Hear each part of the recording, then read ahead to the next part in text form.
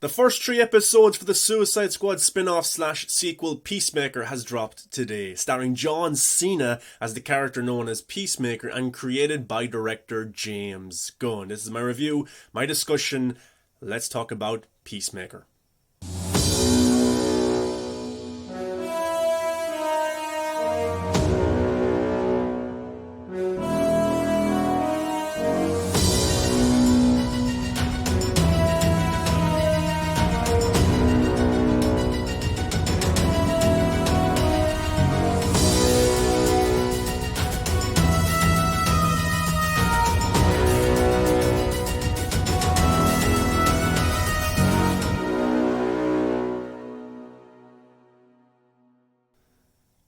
What's going on, guys? Welcome back to the channel. I'm your host, the Viking. Make sure you give a thumbs up and subscribe to the channel for brand new videos every single day. But Peacemaker has finally come.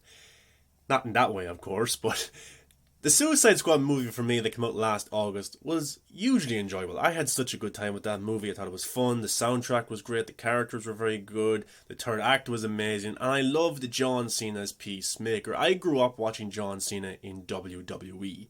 And since he's transitioned to movies, I've always followed his career as a form of kind of respect to the man for bringing me so much happiness as a kid. And I love movies anyway, and I like him as an actor. I really, really do. And I think that Peacemaker is his best role, and it was his best performance in the Suicide Squad. My favourite scene from the Suicide Squad movie, maybe my favourite scene of, well, not my favourite, but one of my favourite of the DC universe, is that scene between Peacemaker and Rick Flag. They have an awesome fight sequence, and then just before Rick Flag is about to die, he goes to Peacemaker. Peacemaker, what a joke. The line delivery from Joel Kinnaman and the directing from James Gunn and the acting from John Cena really made that scene for me, and I loved it so much. So I was so looking forward to this sequel slash spin-off titled Peacemaker, and the first 3 episodes dropped today. And just like the Suicide Squad, I think the marketing for Peacemaker hasn't been that good. The trailers for the Suicide Squad movie for me weren't great at all. And it didn't do the film justice in any way. It came out, the film was much better than the trailers presented, but the film didn't do that well. It was kind of a box office bomb, even though it premiered on HBO Max as well.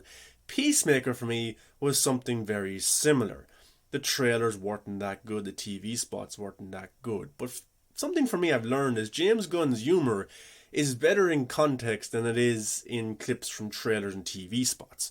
Now, I know some people don't like James Gunn as a director, they don't like his humour. I like it. What can I say? I do. And I found the first 3 episodes of Peacemaker very funny and very enjoyable. I did like the first 3 episodes, and I'm looking forward to episode 4 already. I have to wait a week because the first 3 episodes dropped today, and now every single week it's just 1 episode dropping. And John Cena's character of Peacemaker he's this badass, he thinks he's a bigger hero than he is, but he's also lonely. And the show does a good job at depicting his loneliness. He has a troubled relationship with his father, who's played by Robert Patrick, who was in Terminator 2. And his father is such a bad person, and he treats him like shit. And John Cena's character is trying to impress his dad, like many of us can probably relate to in that way. And he just can't. And he has nobody to love, and nobody loves him at all. But he's also kind of a piece of shit. He's very rude. He kills people. He's killed so many people because he believes in peace. And we got to see that in the Suicide Squad when he was willing to cover up the big conspiracy that would have got out and look bad on America with Project Starfish. And Joel Kinnaman's character was going to expose them, and that's why John Cena killed him. He kills for peace. Any man, woman or child, and he will do that. And in these 3 episodes, we see that Peacemaker isn't all that he talks himself up to be. Yes, he kills people. Yes, he's kind of a badass, but he's very vulnerable. And when it comes to episode 3, where he has to assassinate a family and their 2 young children, he can't do it. He has an anxiety attack over it because he can't do it. All this guilt has finally built up in the character where he just can't do it. And his sidekick Vigilante has to take over and actually do it for him. But the first 3 episodes for me were enjoyable. I thought the humour was on point. I loved the jokes in terms of how Aquaman fucks fish. I thought that was well done. It was very funny. He was like, I don't care what Aquaman does with men or women, but that man, he fucks fish. I thought that was very, very funny. But just talk about episode 1 just to kind of go through it. So the series premiere, it takes place around 5 months after the events of the Suicide Squad, but we meet Peacemaker in hospital. That's where we got to see him in the post-credit scene, so he's been there recovering since then. It opens with Christopher Smith, Peacemaker, getting discharged from the hospital after recovering from his injuries. He returns to his trailer home and is greeted by a team of agents who work under Amanda Waller, Viola Davis. Peacemaker is recruited for another mission known as Project Butterfly, headed by Clemson Mern. He is hired to be a contract killer and tasked with killing a US senator. Before beginning the mission, Peacemaker goes to his father's house to retrieve his pet bald eagle, Eagly. After a difficult interaction with his father, Peacemaker obtains a new helmet and suit. He meets up with Mern and the other agents at a diner and hilariously offends everyone. Later, Peacemaker tries to hit on Agent Amelia Harcourt at a bar, but is rebuffed. He then hooks up with a woman from the bar. However, the woman aggressively attacks Peacemaker and he is forced to kill her using his helmet destructive power. So that was basically episode 1. And some of the stuff I did like the interaction between his dad, because we got to see kind of where this vulnerability comes from with Peacemaker. Then he got to meet Eagly, and Eagly hugs him. Eagly's a pretty cool character. James Gunn did say it's all CGI, so it's not an actual eagle. We'd all love an eagle like that, but I love their interaction. It's very, very funny. When he shows up at that diner, he comes in the helmet and the outfit, and everyone's looking at him like, what the hell is this guy, And he loves America, and he loves himself, and it's just very funny how he comes off. And he even calls one of the waitresses Sweet Cheeks, and the rest of the crew calls him out on it and said that's offensive. He said it's not offensive. It would have been offensive if I said sugar tits and stuff like that. He's a pretty bad guy, and the show does a good way of showing that, but it's also trying to show us that he's pretty lonely and a vulnerable character, and that's going to be peeled back more and more as the episodes go on. But then he follows Agent Amelia Harcourt to a bar. He's trying to hit on her, he's trying to get sex off her and stuff like that. So you can show kind of his perspective on women and things like that. He doesn't have much respect for them, but he's being called out for it. But then even Amelia Harcourt was being hit on in the bar, and she beats up this guy. She's a character that I wasn't too sure about, because there's been rumours that she's popping up in Black Adam and other shows and movies and stuff like that. And I'm thinking to myself, she's not a big actress. It's not a big, well-known character. But now I'm starting to see the character a little bit more, because there's character development. And I think she's pretty badass. So I'm getting used to the character. But she's not a huge character to pop up in different DC shows and movies like, say, Nick Fury or anything like that. But she's doing a pretty good job, I have to say. But then John Cena's character, Peacemaker, he picks up a different girl at the bar. He goes to her place to have sex, and then she winds up being some sort of alien or something, a part of this butterfly project. And he gets the shit kicked out of him, hugely. And it was very entertaining, but it's also, the action is pretty aggressive and it's raw, and you can feel the punches and the pain that the characters are going through. But he ultimately beats this woman by using the helmet his father gave him, and he just blows her up and she's completely gone. And then Eagly comes over to give him a dead animal, and Eagly is his only real friend in the world. He has nobody else. Well, Vigilante's kind of a friend, but he's more of a fanboy, so he can't really kind of talk to him in that way that he wants to, because he has this image to uphold of this really great superhero who will kill anybody for peace.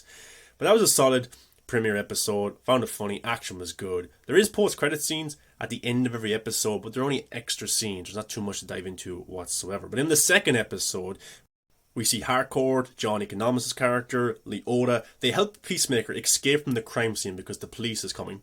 And before fleeing, Peacemaker finds a strange device in the woman's apartment. And then he holds a husband and wife pair hostage and then jumps from their balcony to escape.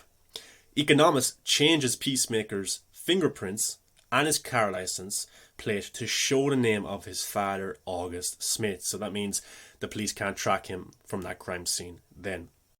Leota then goes to the couple to bribe them so they don't give up Peacemaker's identity to the police in their investigation.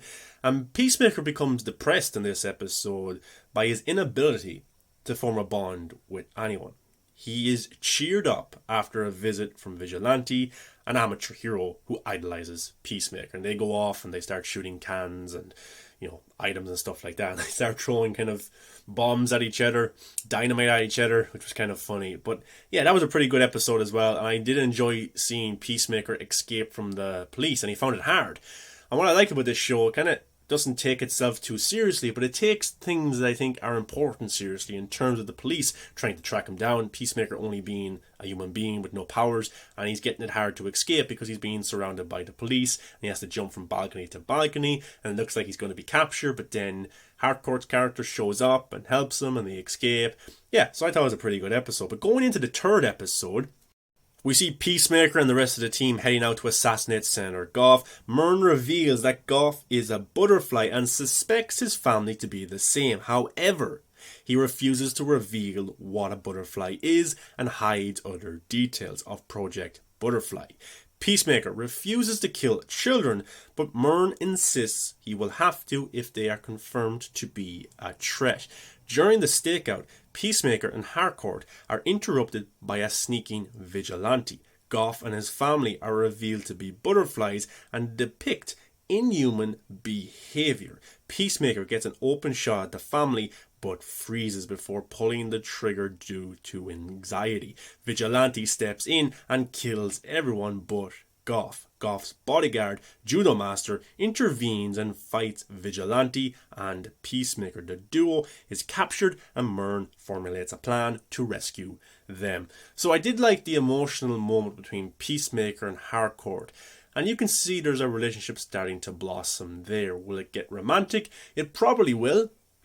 But at the start, Harcourt hated John Cena's character because he was such a bad guy. But now she's starting to see the innocent side of him because she found it hard to give the order for killing the children as well. Because when Vigilante did it, you could see her kind of pull back as well. And John Cena's character, his anxiety, he just couldn't do it whatsoever. But then the Judo Master shows up. Awesome fight sequence there. And the action sequences are aggressive, they're raw, you can feel the punches, and I really mean that. It does not hold back at all. But that Judo Master character was pretty good and pretty funny, especially when John Cena's character, Peacemaker and Vigilante, are captured and you kind of have a back and forth between Judo Master and Peacemaker. That was very funny. I really enjoyed it. I laughed out loud at the comedy there. I thought it was really well done. And then Vigilante is being tortured by Goff for information about how they know about the butterflies. And John Cena won't give it up, and Peacemaker's being tortured and stuff like that. And even John Cena, because he hasn't been told what is the butterflies, because Mern will not reveal any detail about it whatsoever. And then, they're able to escape, they fight Goff, and John Cena's able to blow his head off. And then we get to see that these butterflies are actually inside of people and they can make them stronger and faster and stuff like that. And the butterfly is okay, but the body is dead, and the butterfly gets up and then flies away. So it looks like the butterfly that was in the senator is still alive and can go into somebody else as well. And at the end of the episode, it's revealed that it's not just in America, or it's not just one or two of these butterflies, they're all over the world. I wasn't expecting the Peacemaker show to have so much stakes to it in terms of the plot, because with a lot of DC TV shows and Marvel shows, the story is self-contained in one location for that hero. But with Peacemaker now, this has huge implications on the entire DCEU, because the death of Goff has led to the awakening of all of these other butterflies around the world. So what is Peacemaker going to do about that? Do you have to kill the host, which is the main butterfly that was in Goff, or is there some other big baddie controlling all of this? So I wasn't expecting Peacemaker to have such a huge storyline. I was expecting it to be self-contained, more of a character study, but that's not the case whatsoever. And I think that's what makes the show more exciting in that way. Absolutely. But then we had, John Economics' character take down Judo Master. It looks like he's dead, but I would think he returns. I wouldn't say he's fully dead. We'll have to see how that goes. But what's with the character of Clemson Mern? What's he hiding?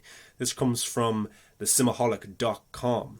In the third episode, we learn a little bit about the past of Clemson Mern. The agent works under Amanda Waller, so it's safe to assume that he's part of Argus. However, not much is revealed about his connection to Waller or his motivation for handling Project Butterfly. During a conversation with Economists, Mern revealed that there was a time when he was incapable of understanding and projecting human emotions.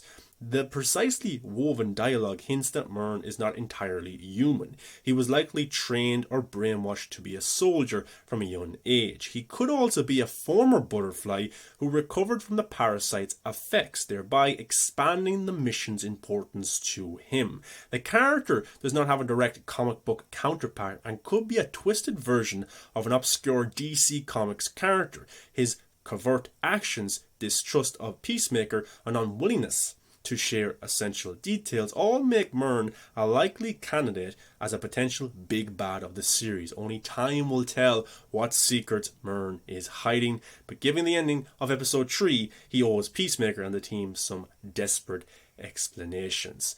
So that's pretty big as well. Could Mern be a villain, or what is he hiding?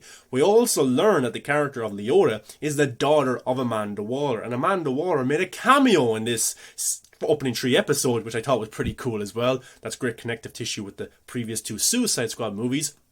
And she has her daughter on a different kind of mission from everybody else. Very similar from the Suicide Squad, where she had Peacemaker on a different mission from all of the rest of the crew as well. So that's going to be interesting to see how that develops and if Amanda Waller shows up later in the series.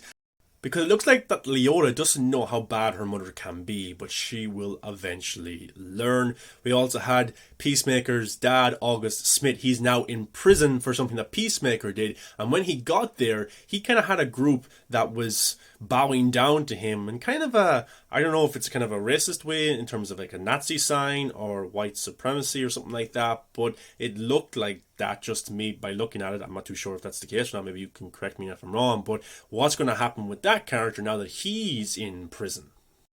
There's also been a lot of rumors about other DC heroes showing up in Peacemaker, and I won't spoil them in this in case you haven't heard about them, because I'm sure James Gunn and everyone else wants it to be a surprise, so I won't spoil that here, but I'm just saying that this show is bigger than what I was expecting it to be, big time. It has a huge storyline, characters are interesting, great Easter eggs, I love the music, I love the action. James Gunn is doing a terrific job here. I'm looking forward to episode 4 already. So guys, what's your thoughts on the Peacemaker series? I know many people are giving this a miss because of the trailers, but definitely watch it, because it's actually good. It's actually a good show. Try and convince other people to give it a try as well, because I think the trailers didn't do the show justice whatsoever. Very much how the trailers for the Suicide Squad did the exact same thing. But I enjoyed it. Out of 10, I would say it's a solid 8.5 so far for the first 3 episodes. But I'm sure it will get better because the story seems to be getting much, much bigger. But guys, that's my thoughts on Peacemaker Episode 1, Episode 2, and Episode 3. Let me know your thoughts below. Give a thumbs up, subscribe to the channel, and next week we will review and break down Episode 4. Guys, thanks for watching. Really appreciate it. See you in the next video. Enjoy the rest of your day.